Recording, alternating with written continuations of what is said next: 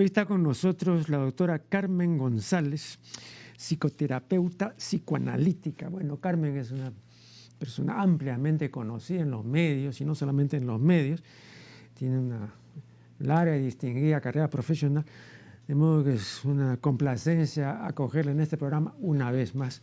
Gracias, Marco Aurelio. Vamos a hablar en esta ocasión de los problemas entre hermanos. El psicólogo Arthur Gersel, uno de los mayores especialistas en el tema, dice lo siguiente: el curso que sigue el afecto del niño normal por sus hermanos es con frecuencia abrupto y tempestuoso. ¿Qué consideraciones? Bueno, pero mira, si tú piensas en lo que dice Freud, de que su majestad es el niño, y tú eres el rey, tienes las atenciones de la madre, de la familia, el primer hijo, y de repente que te venga una competencia cuando ya crees que eres el centro del mundo, da mucha rabia. Y si después viene, y por ejemplo que llegue un segundo hermano de tu mismo sexo, y además seductor con la madre, porque los niños como que intuyen, si es una madre que no ha tenido cariño, ellos saben que la están toqueteando a la madre y la madre está feliz. Y luego viene un tercero, y entonces hay unos niveles de alianzas, de odios. Yo creo que es verdad que cada uno de nosotros tiene dentro un Caín y un Abel, ¿no? Y que lo importante es descubrir mi Caín y descubrir mi Abel, porque si no, estas riñas familiares se dan y se instalan y se manifiestan en robos entre las empresas familiares, que ya no se dirigen la palabra. Entonces, bueno, son vicisitudes del ser humano, tener que compartir con los hermanos. Pero ¿tú no crees que hay también en esto una variable cultural importante, ¿no? Porque, por ejemplo, te voy a hablar de algo que yo conozco, y es de la situación familiar en la Sierra del Perú.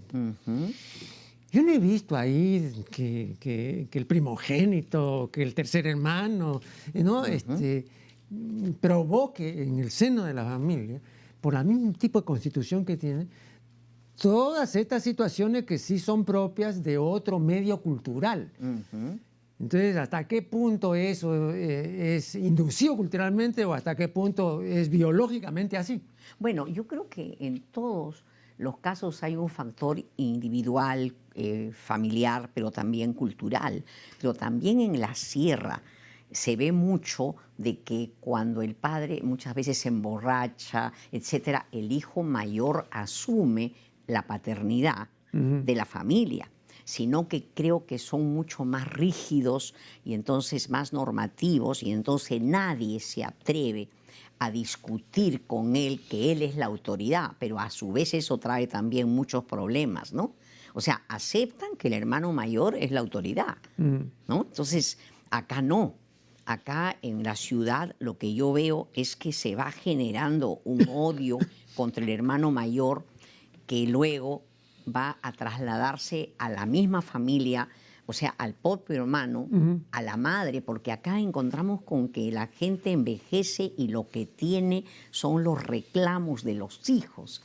Hijos viejos, seguramente muchos que están escuchando habrán visto cómo siguen reclamando a la madre. Hay una inmadurez en esta sociedad donde todos reclaman: ¿por qué no me quisiste? ¿Por qué tú me hiciste tal otra, tal cosa? Entonces, tiene que ver también el tipo, como dices tú, el tipo de sociedad inmadura que tenemos, ¿no? Claro, además la carencia de una percepción acertada, ¿no? Hay una observación de carácter elemental que la he hecho varias veces y por supuesto tú la conoces de memoria. No todos tienen la misma capacidad de amar. Claro, claro. Entonces tú no le puedes estar pidiendo a la madre que te ame o que te manifieste afecto a raudales. De repente ella tampoco podía, cuando pues. ella no puede, pues. Claro, está negada, nunca la abrazaron, y hay gente vieja que dice: doctora, quiero un abrazo. Ya además no va a haber, ¿no? Claro. Claro, pero yo creo que sí hay muchos problemas familiares, pero también a partir de que lo que yo noto y lo que yo veo en los pacientes es que la madre privilegia al hijo mayor muchísimas veces. Lo hace su pareja y si se lleva mal con el marido, él dice, él es mi pareja. Ayer tuve una paciente que me decía, yo con mi hijo mayor, yo le cuento los problemas de mi esposo y le digo, y él no es su recipiente, él no es la madre de usted.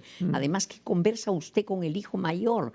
Después de los 14 años, poco hay que conversar con el hijo, porque ya le has dicho todo. Sino que ahí hay una dependencia también. La madre que esté huérfana, sola, quiere que alguien la cobije y el muchacho que desde pequeño ha tenido esa atracción por la madre, que se ha resignado a no tener sexualidad, pero que las ganas están ahí guardadas, entonces canaliza eso y se hace el que escucha a la madre. Y mentira, nada tienen que decirse ya, sino que hay una necesidad de estar pegado a ella, ¿no?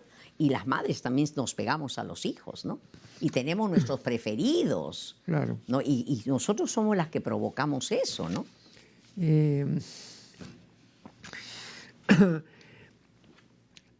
Hay que distinguir entre la familia de prole numerosa y la familia de hijo único. Los especialistas discuten las ventajas y las desventajas de cada caso, ¿no?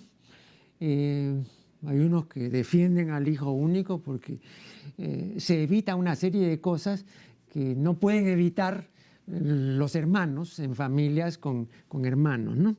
De una manera general, ¿cuáles son sus consideraciones al respecto? Hay sociedades que promueven prole numerosa, ¿no?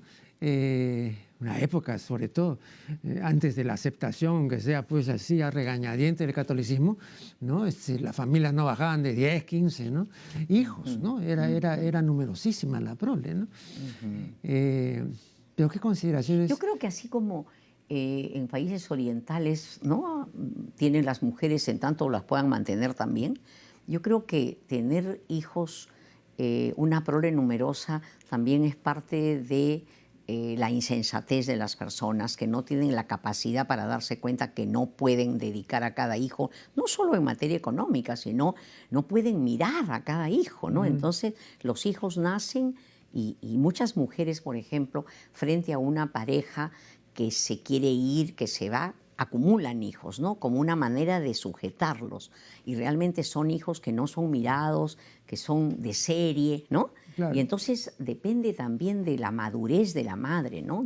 Y siempre tengo presente que estamos en una sociedad muy primaria, muy básica, donde a las madres no nos han enseñado a ver las emociones del hijo, porque a mí tampoco me miraron. Entonces a los hijos creemos que educarlos es decir, lávate, arréglate, lávate los dientes, cumple con el deber, pero nadie, la madre tendría que ser el estómago del hijo para procesar y decirle sus emociones. Tú estás con rabia, tú estás con pena, ¿no?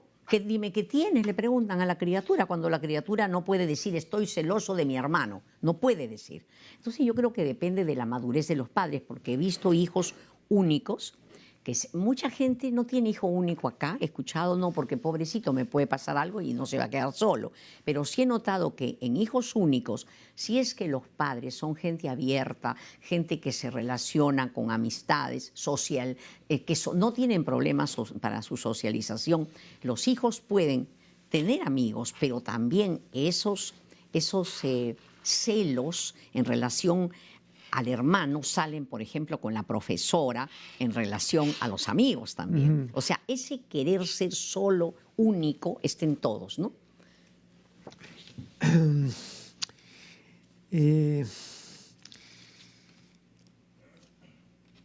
Yo recuerdo que leí con verdadera complacencia el libro que dedicó Fromm al pensamiento de Freud. Un libro pequeño pero sustancioso, ¿no? Y ahí Fromm indica algo que yo no había visto indicado en la literatura del género, por lo menos entre autores importantes, comenzando por el mismo Freud, ¿no? Y Fromm se refiere al hecho de que en una sociedad conyugal nace una criatura y, dice Fromm, los padres pueden sentir por el recién nacido una antipatía visceral Sí. sin que haya habido ninguna ofensa de por medio, Sí, sin que no haya habido ninguna mala crianza, nada, ¿no? claro. Y cuando la criatura deja ya de ser infante, o sea, cuando habla, infante quiere decir que no puede hablar, que no habla, también puede sentir esa antipatía, Claro. también natural, Claro, ¿no? claro. Lo que pasa, dice Fromm, es que las madres difícilmente van a reconocer esto, porque se sienten tremendamente culpables, Claro. ¿no?, de antipatizar con su hijo o de llegar a odiarlo visceralmente, ¿no? Y sin embargo, en la realidad ocurre, ¿no? Sí. Entonces, Y ocurre, no ocurre siempre, porque yo no puedo decir que yo solo amo a mis hijos. Cuando ellos me molestan, pues realmente los detesto. Me parece fuerte decir odio, pero lo que pasa es que uno los puede querer en mayor dimensión, pero ¿qué madre no ha dicho para qué lo tuve a este? Sino que internamente el desarrollo hace que te controles y que una madre que es muy primaria le dice, oye, no debiste nacer, ¿no? Pero todas las madres tenemos amores y odios con los hijos, eso es una realidad, ¿no es cierto? bien, Pero yo he visto un caso de una señora que me decía, la detesto a mi hija. No puedo verla, Ya. la detesto. Luego vamos a conversar sobre por qué, qué pasó. claro, un primer corte y ya regresaremos.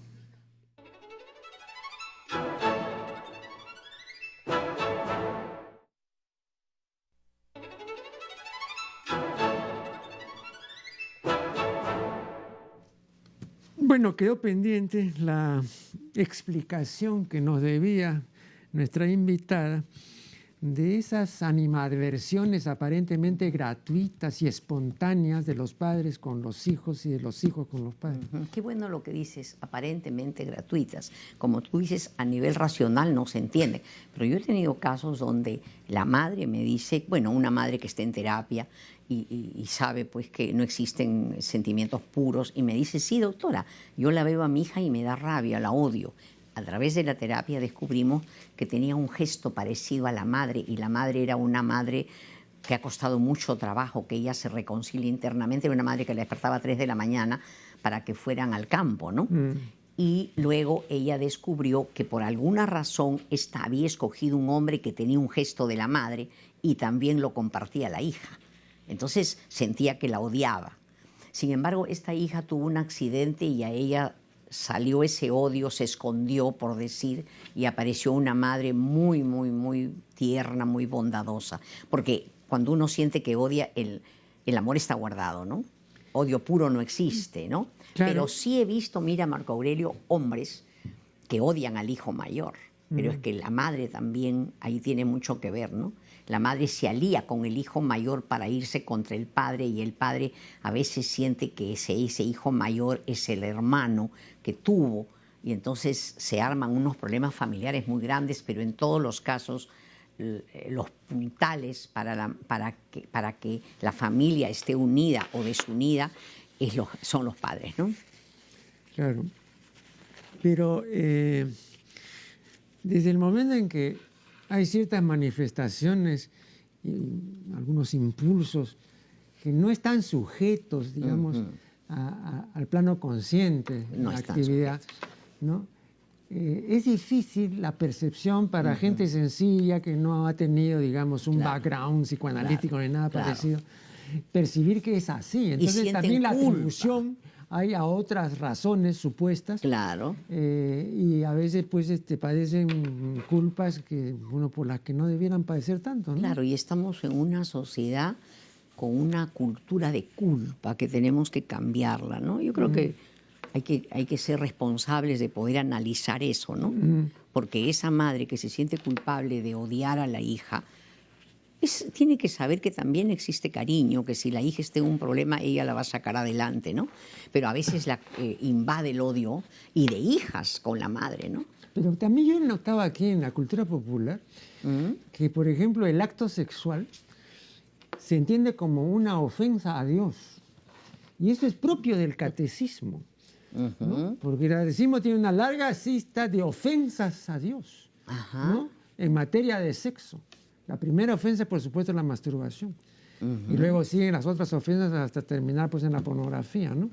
Pero, entonces hay un carácter ofensivo internalizado, claro, que ya eso va más allá de la voluntad y la gente cree que es así. Claro. O sea, hay gente que cree que es así, que es, y no se da cuenta que eso ha sido adquirido, esculpido en la cabeza, ¿no? No, creen que es la realidad, ¿no? Yo una vez conocí a una empleada, de una cocinera, de una de mis tías, que un día tuvo un problema muy sencillo en realidad de vida diaria, pero entre las cosas que me dijo fue, y en aquella oportunidad, doctor, no ofendí a Dios. ¿Y qué cosa significa eso, no? Que había tenido comercio sexual con un fulano, ¿no? Claro. Pero para ella era una ofensa, ¿no? Es como que estuviéramos negados al disfrute, como si fuera un pecado. Pero eso es disfrutar. cultural ya. ¿Sí? Claro. Eso ya es cultural. Claro. O sea, y viene a ser como un retraso, ¿no? Una vuelta atrás, porque yo me imagino que los sapiens antes no teníamos ese problema, ¿no? Acá ha habido un retroceso, ¿no? Y bueno, son las perturbaciones propias en este caso, de la Iglesia, ¿no? Que siempre han estado atrasados en todo y siempre ha habido un esfuerzo de remontar, ¿no? Siempre han sido los últimos. Pero incluso ahora, ¿no? Que bueno, los tiempos han cambiado, incluso la misma Iglesia Católica, a pesar de que todavía sigue vigente la última edición del Catecismo promulgada por Juan Pablo II, ¿no? Que tiene aproximadamente 25 o 30 años, ¿no? Pero la misma Iglesia ha tenido una cierta apertura, ¿no? Pero dada por la realidad, porque pero ya no no mucha pueden. apertura, pero aún así, por ejemplo, a propósito del matrimonio gay, le preguntaron al Papa actual, al Papa reinante, ¿no? ¿Cuál era su opinión sobre si convenía o no dar, pues, la autorización para el matrimonio gay, ¿no? Y entonces, antes un papa veía, no, jamás, ¿no? Pero este se limitó a decir otra cosa que es igualmente, pues así tampoco es aceptable, ¿no? Dijo, bueno, ¿quién soy yo para opinar al respecto? Pero mira, pero usted es el papa reinante, señor, de millones de católicos. Claro, pero además qué contrasentido que aparezca que la Iglesia lo que quiere es la paz interior y sin embargo oponerse al matrimonio cuando eso trae tanto sufrimiento en un ser humano que tiene todo el derecho de hacer lo que desea. ¿Y quién es la Iglesia para que se atreva a no respetar todo lo que un ser humano desea y que no hace daño a nadie, ¿no? Bueno, pero la historia está llena de exclusiones, de marginaciones, de crueldades, ¿no? Estamos llenos de eso y con eso tenemos que luchar, ¿no? Por eso tu programa es importante, ¿no? Por ejemplo, antes no, en la anterior edición del catecismo. Del Código de Derecho Canónico. ¿Ya? Que hemos estudiado, ¿te acuerdas? Claro, en esa, después hubo ya una nueva edición, pero en esa, por ejemplo, si uno consultaba, y lo recuerdo perfectamente, el Canon 1013, ¿ya? Ahí se decía expresamente que la mujer, es decir, en principio no debía acercarse al altar. No se daba la razón, pero se decía, bueno, en el caso de que no haya, digamos, un ministro de la misa, no hay un ayudante tampoco, etcétera, entonces puede acercarse, pero con autorización, pero no tanto, ¿no? Claro. Entonces yo me quedaba pensando, ¿y por qué no puede acercarse al altar? ¿Y sabes por qué? No sé, no tengo idea. Porque la mujer menstrua.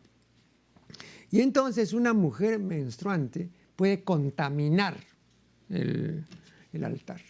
Entonces por eso no debe acercarse. Una mujer menstruante puede contaminar. Y eso no es una creencia católica, es una creencia de la antigüedad. Claro. Porque también en la antigüedad se consideraba que la mujer menstruante era una persona que Plinio dice puede secar los campos de trigo si pasa por ahí. Quizás también, estoy pensando en voz alta, quizás eso es tan propio de una mujer y una mujer siempre es amenazante, ¿no? siempre te puede despertar. Pero, por ejemplo, la Iglesia Católica impulsos. no ha permitido que haya, digamos, Claro. una ministra de la misa. No. Por eso Lo digo que yo. está diciendo es: los hombres somos mejores, ustedes mujeres no pueden llegar a donde nosotros llegamos. Ese es el mensaje que está detrás. Quiere decir, somos inferiores. No, pero en este caso concreto quiere decir somos impuras. Claro. Porque, claro. digamos, hay toda una codificación, repito, que no es católica, es mucho más antigua, ¿no? Donde la mujer menstruante es un peligro para la sociedad. Pero además siempre con una gran hipocresía, porque los hombres, por ejemplo, ahora se habla de que no deberían las mujeres, que el marido no use condón, porque eso es un pecado. Sin embargo, por años los hombres han usado condón desde qué épocas, y nunca nadie les ha dicho nada a ustedes. Han copulado con quien les ha dado la gana. ¿Y por qué no se han preocupado? O sea, ¿por qué sobre nosotras, no? Bueno, en el caso de la Iglesia Católica, el porqué es muy sencillo, ¿no? Porque de lo que se trata no es de evitar la concepción. Entonces, ahora esto de evitar la concepción es muy posterior. Claro, ya. Pero, si tú lees el Canon 10.13, ¿cuál es el fin primario del matrimonio? La procreación de la prole y su educación. Como negar el disfrute sexual. No, claro. Ya después en la otra edición se agregó. Pero también, ¿no crees que eso está vinculado a que los curas tampoco pueden tener ostensiblemente disfrute sexual? ¿No crees que puede haber una envidia debajo? Lo que yo no hago, no lo haces tú. Porque mira, los sacerdotes, caramba, que conozco montones de mujeres que se enamoran de los hermanos, de los sacerdotes. Yo conocía un caso, por ejemplo, que una chica se enamora de uno de estos que están en los barcos por el Adriático, estos barcos, ¿no? Y el cura ahí hace, además de ser sumisa, él está encargado de hacer jugar todos los juegos de mesa. Ajá. Y resulta de que este cura enamoraba a todas. Llega, la enamora a esta chica y después se quiere venir a conocer el Perú. Él era colombiano y quiere conocer al Perú y se viene y ya cae al padrecito y todos lo reciben con sus sotanas, se va al Cusco, lo atienden como rey. Cuando llega, se citan en Colombia y están juntos en la nunciatura, porque el nuncio no estaba. Cuando ella quiere seguir con él, la larga, porque ella estaba con otra persona. O sea, todo es nada más que una hipocresía. Porque yo creo que los sacerdotes son unos masturbadores furiosos, o de lo contrario, están con mujeres, o muchos son perturbados, y habrá gente que sublima, pero muy pocos, porque es muy difícil la sublimación. Entonces vivimos un mundo de hipocresía, ¿no? Vamos a hacer acá una nueva interrupción y ya regresaremos.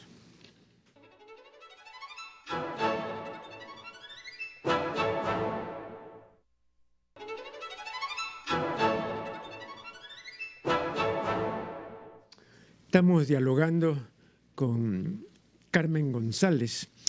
Yo tengo un breve ensayo acerca de lo que llamo la tetofilia y particularmente la antigüedad de la tetofilia. Hay una estatuilla que se conoce como la Venus de Willendorf. Es una estatuilla del Paleolítico Superior que tiene 25.000 años. Lo que más destaca a ese artista primigenio son las tetas, ¿no? Y el trasero y la cara, ¿no? Tú buscas lo que podría ser la cabellera, tampoco parecen ahí una mazorca de maíz, pero las tetas sí son prominentes, ¿no? Pero cómo no, ¿no? Es el primer placer también del ser humano. Pero qué chévere, ¿no? Claro. Eso me hace recordar, no sé si conoces este cuentecito, ¿no? Le preguntan a un especialista en cuidado infantil y en los niños en general, si realmente es cierto, como siempre han dicho y como siguen diciendo, que la leche materna es insustituible. Por supuesto, dice el galeno, por supuesto que es insustituible. Hasta tal punto que yo todavía, a pesar de que tengo 50 años, no me he destetado. Es verdad. Entonces es una permanente fascinación. Claro, y también hay que tener en cuenta que a la madre le cuesta destetar al hijo ¿no? Porque también a muchas, porque también hay placer allí. Yo recuerdo de un gran artista que conocía a la esposa y ella, bueno, acabó separándose de él, pero una vez se van a Huancayo y la madre era muy dura con las nueras y tenía solo hijos varones. Ella se va al campo con el marido, pero el marido quiso quedarse. Cuando en eso ella regresa y la señora que tenía 70 años, él estaba abrazado y besándole a la madre, ¿no? Entonces también, como tú dices, si un pintor o un artista pone las tetas, es porque es un primer placer para todos, ¿no? Para todos. Y uno dice, oye, ya estás grande y quieres teta, ¿no? Y esto lo aplicamos a todo, ¿no? Un hombre que no trabaja quiere que su mujer le dé la teta, ¿no? Ahora, la figuración plástica más interesante que yo conozco al respecto la han hecho los artistas africanos. Fíjate, hay un libro de Andreas Feininger que se llama La imagen de la mujer. Y era hecho una selección extraordinaria, ¿no?, de las mejores imágenes en esculturas, en pinturas, en fin, en diferentes culturas, particularmente en las africanas. Y entonces, ¿cómo, por ejemplo, el artista africano representa los pechos de la mujer? Pero como son más naturales, ¿no? Más, no. ¿No? ¿Cómo lo representa? Como sendos penes. O sea, él sintetiza. Penetrantes, ¿no? también. Se sintetiza, digamos, en esos pechos, ¿no?, los falos, ¿no? Y yo he mostrado esto a unas personas que no se habían imaginado claramente esto, pero que más o menos intuían, ¿no? Pero cuando de ahí tú sacas la correlación con el hecho de mamar las tetas de la mujer amada, entonces dices, fíjate tú, no habíamos pensado en que estamos también mamando lo otro. Claro. Hay una tremenda resistencia ahí, sí.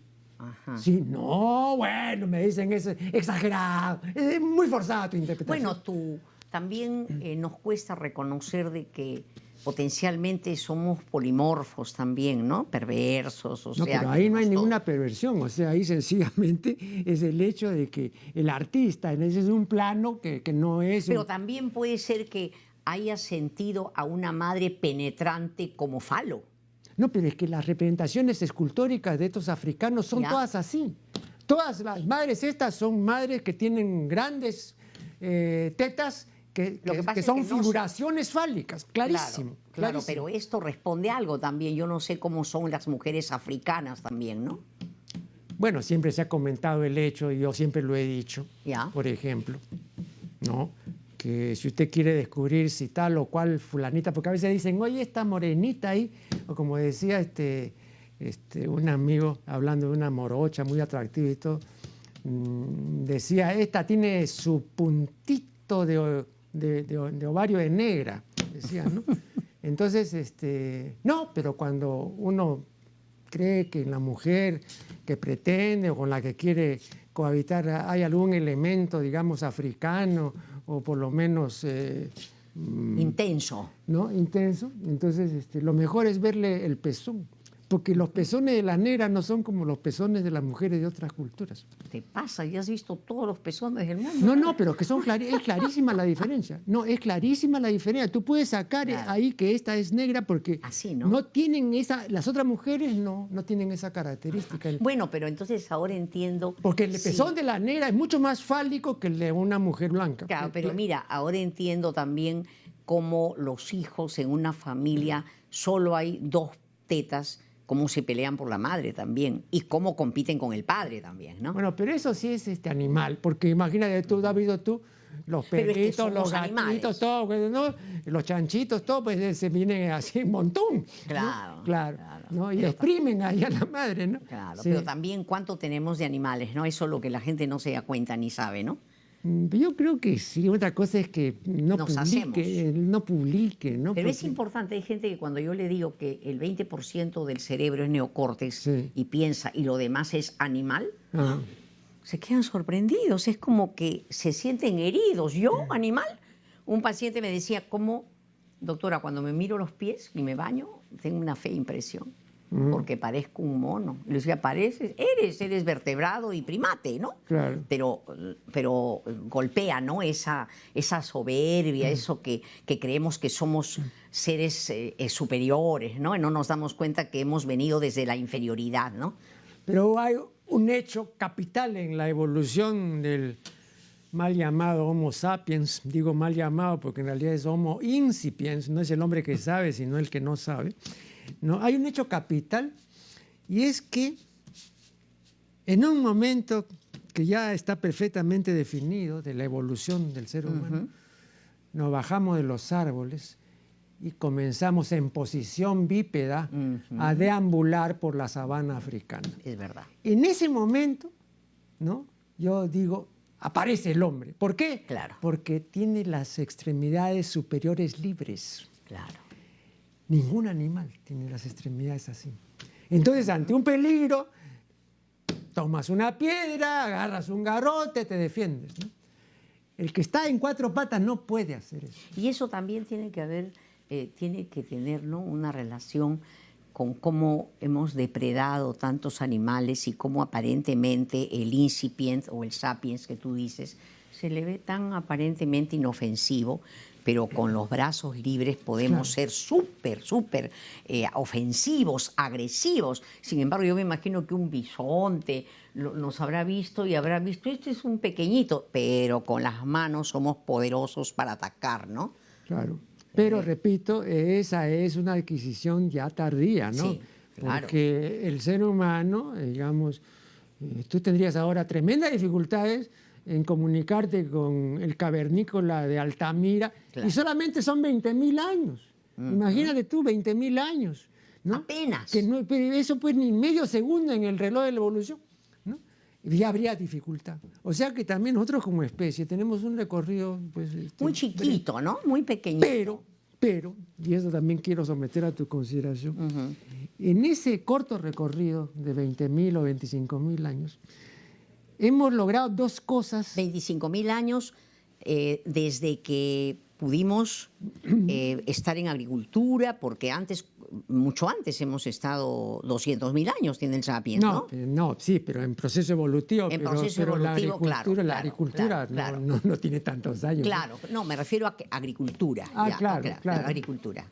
Claro, pero fíjate tú, este ser humano en un lapso muy breve. Sí. Porque es realmente un lapso breve comparado con los lapsos que son comunes en teoría de la evolución. Ha sido increíble, ¿no? El avance cultural, ¿no? Claro, pero unilateral. ¿Por qué? Y en esto, repito, creo que le han dado una explicación válida a los etólogos, ¿no? Nosotros hemos sido buenos y somos buenos respecto a todo lo que no nos es personal, a todo lo que no es humano. Por ejemplo, la conquista del espacio y el dominio de la naturaleza son cosas impersonales. Ahí hemos sido muy buenos. Hemos hecho logros extraordinarios. El problema es caminar en grupo, ¿no? No, el problema es el otro. O sea, el otro ser humano. Pero acá viene una explicación que es también deprimente de los etólogos. Y es que parece que estamos codificados para no poder conocer bien a los demás. Por esa razón, dicen los etólogos, nunca elegimos bien pareja. Porque para elegir bien pareja tenemos que conocernos a nosotros mismos. Y esa es una facultad que la podrá tener alguien que está pues 40 años tratando de hacerlo, ¿no? Pero normalmente el ser humano no se conoce bien. Y como no se conoce bien, tampoco conoce bien al otro. Pero mira que yo discrepo contigo. Yo creo que somos perfectos para elegir pareja. Porque una persona que ha sufrido elige uno para seguir en lo mismo. O sea, para no elegir bien en términos de favorable. No, pero tú te refieres solamente a elegir, ¿no? Yo me refiero pues, a elegir. Porque me refiero que una persona que ha sufrido, que en la infancia ha tenido personajes agresivos y horribles, increíblemente vuelve a elegir esos personajes.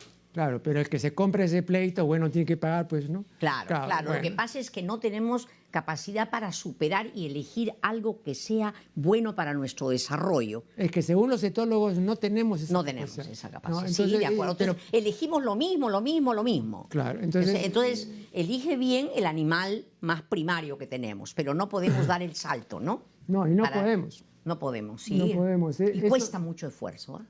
Bueno, mucho. claro, aparte, ¿no?, de que definitivamente hay un costo, pero es además una dificultad estructural. Esto me parece mucho más serio, ¿no? Porque lo otro podría corregirse con el tiempo, ¿no? O con la adquisición. No. Solo no se madura. Es muy difícil, ¿no? Es como que ese dicho popular, la cabra tira al monte, ¿no? O sea, es muy difícil el cambio. El cambio trae unas resistencias terribles, ¿no? Terribles. Empezamos a cambiar y otra vez uno retrocede. Por eso las terapias son tan largas, ¿no? Porque es muy difícil internalizar. Por eso yo me opongo a todos los colegas que dan consejos, que entran por acá y salen por acá. Yo creo, antes de ir al corte Sí. final, yo creo que Steckel tenía razón. Tú sabes perfectamente que él desarrolló toda una terapia dinámica, ¿no?, que duraba 2 meses. Entonces cuando le decían, oiga, pero ¿no le parece muy corto 2 meses?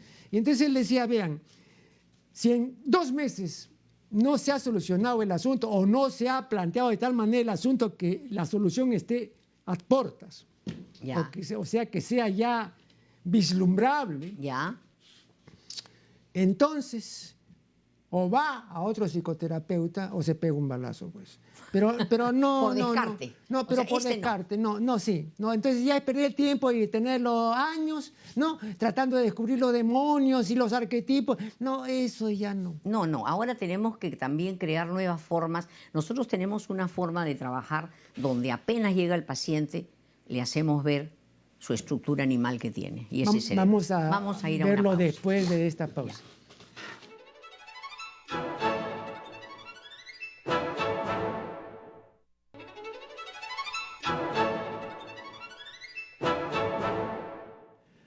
Bien, y seguimos dialogando, este es el segmento final, con Carmen González.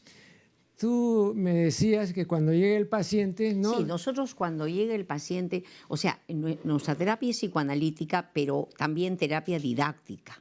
Entonces, cuando llega el paciente, lo cuadramos ahí, lo centramos. Tú tienes un cerebro 55 emocional, 20%, 25 reptil que va a actuar sobre el cuerpo y 20 piensa. O sea, tú eres abogado, ingeniero, bueno, solo 20, ¿ya? Entonces, este cerebro emocional, cuando tienes cólera, por ejemplo, tú contabas que tu papá, como perrito que le pisan la pata, salta. Ajá. Entonces, acá de lo que se trata es abrir un canal para razonar sobre tus emociones. Entonces, lo primero es que, por ejemplo, tú dices de que tu señora te maltrata. Bueno, no existen emociones nuevas. Entonces vamos a analizar tu historia porque tu mujer está haciendo un rol y un personaje que tú lo necesitas. Porque no es lo mismo una criatura que ha sido amada, que el afecto está allí, que uno que ha sido maltratado. Entonces ella representa a tu padre que te maltrataba y no te apreciaba. Entonces tú has buscado lo mismo. Entonces lo que queremos es que él conecte su angustia con su historia. Y además saber que la solución está en él y no en el cambio de los demás. Entonces nos resulta bien y luego le hacemos una evaluación con Rorschach para ver todo lo que es inconsciente. Y entonces conectamos con sus padres para ver cómo fueron los padres y que porque si alguien puede estar con rabia copiada del padre, entonces queremos que él como adulto mire ese odio que tiene hasta ahora y puede entender a ese padre que no le queda otra alternativa pues que ser como un jabalí. Entonces de esa manera nos resulta, pero hemos tenido que crear esa forma de trabajar rápido, ¿no?, sin un consejo, ¿no? Y nos resulta, la vez pasada un señor decía, si yo no hubiera sabido que existía, si yo hubiera sabido que existía ese órgano del inconsciente, mi vida hubiera sido otra. O sea, trato pues de ayudar a las personas, pero con métodos creativos, porque si no la gente, si voy a sentarme a que me diga su historia y a interpretarlo, no llego. Ahora, y la vida es muy corta como para Claro, pero sí. con este planteamiento se podría observar que hay un determinismo implícito, ¿no? Por lo Claro, siguiente. lo que le decimos es que efectivamente una parte es determinismo, una parte, ¿entiendes? Es como No, pero es casi al... una Casi parte significativa. es significativa, pero mira, es como una alfabetización emocional. Ya lo que queremos decirle es, tu forma de ser no viene del aire, ha tenido que ver la familia, la sociedad, cómo te has comportado. No es del aire, no sale del aire. Pero así les dejan a los pacientes un área de construcción muy pequeña, porque vamos a hablar, ¿no? de una construcción, Ya. en el sentido en que Fichte decía a sus alumnos, esta mañana vamos a hablar de Dios, vamos a construir a Dios. Ya. Entonces igual, ¿no? Decía el paciente, 3/4 partes de esta casa que se llama Juan Pérez, o sea, Claro. ya está construida. Y hay un 25% que se puede edificar, Sí. que es un porcentaje pequeño, ¿no? Pero no está construido. No. Entonces hay que sentar las bases, pero para construir esto, pero tenemos acá algo con lo que venimos o con Claro. lo que ya está. Lo genético también, que Claro. por supuesto, lo genético y lo determinante, ¿no? Pero le decimos, esto ha sido el detonante. Claro que es casi una alfabetización emocional, ¿entiendes? La vez pasada yo iba con mi hija al programa, que ella es terapeuta, y me decía, mamá, ¿no te cansas de decir lo mismo? Muy crítica ella, ¿no? Y yo le decía, no, porque tengo que sentir lo que lo que siente el paciente y que él se sienta acogido. Eso es distinto siempre. Entonces yo creo que si el paciente se siente recibido, acogido, y tú puedes darle como una alfabetización emocional, algo hemos hecho. No es un psicoanálisis largo, no. Es simplemente que sepas de que hay unas causas, que tienes esperanza y que lo que te está yendo en la vida tiene que ver también con tu historia, tiene que ver. Entonces ya algo hemos hecho, ¿no? En esta sociedad que es tan concreta, tan básica y donde hay tanto sufrimiento, ¿no? Porque es una sociedad que a mí el dolor a mí me conmueve mucho, quizás porque de pequeña he sufrido, he tenido marginación. Entonces, todo lo que es, por ejemplo... Pero hay dolores útiles y hay dolores absolutamente inútiles, ¿no? ¿Tú te refieres al dolor útil?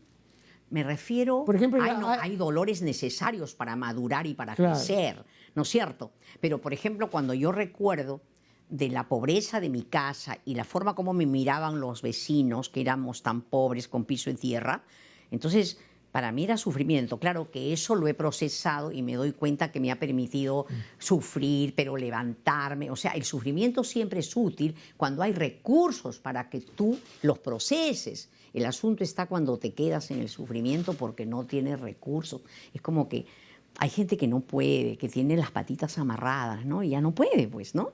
Nosotros somos seres privilegiados, hay espacio para pensar, ¿no? Pero hay gente que no puede. Mi observación va en este sentido, ¿no? Y es que cuando se habla de sufrimiento, se suele hablar, sobre todo en terapia, de sufrimiento y se le toma en mala parte.